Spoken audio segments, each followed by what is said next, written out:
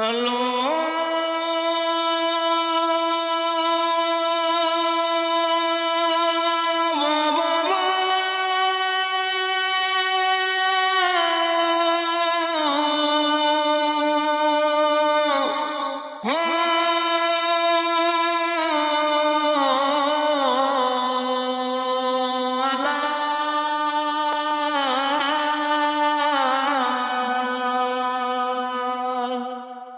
sir जस तसूर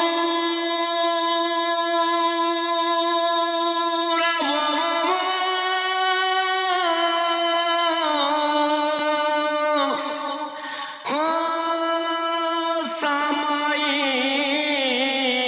तसुखवया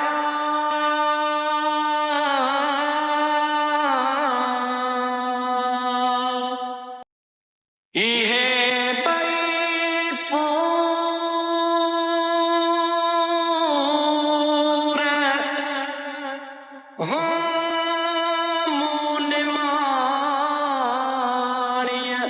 नसीब क्या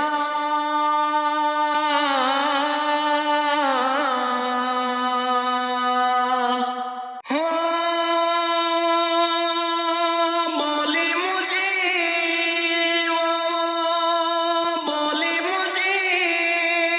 बाबेड़ियाड़ी अला नया खान कट्याणी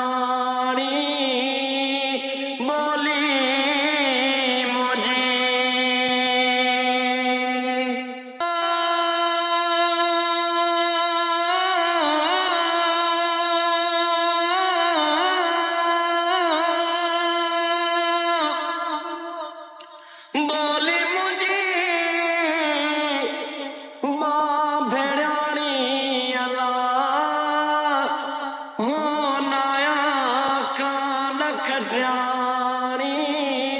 बोली मुझी नझेड़े लाकू दुख दिखास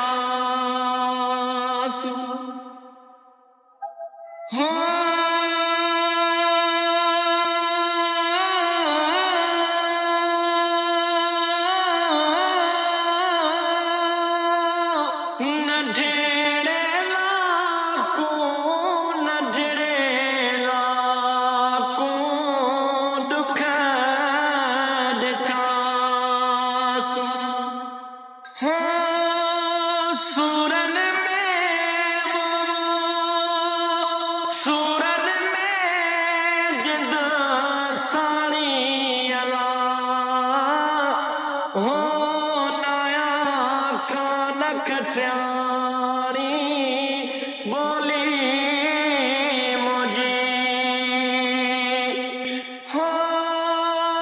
बोली मुझी बोली मुझी बाबेड़ियाड़ी अला हो नया खान कट्याणी बोली मुझी लड़ा दिया ऐसे लहर ने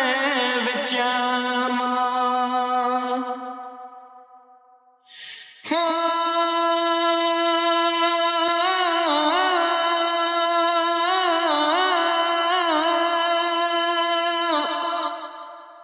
लड़ा दिया ऐसे लहर ने विचामा अल्लाह पतोड़ से न पानिया हो नया खान कट्या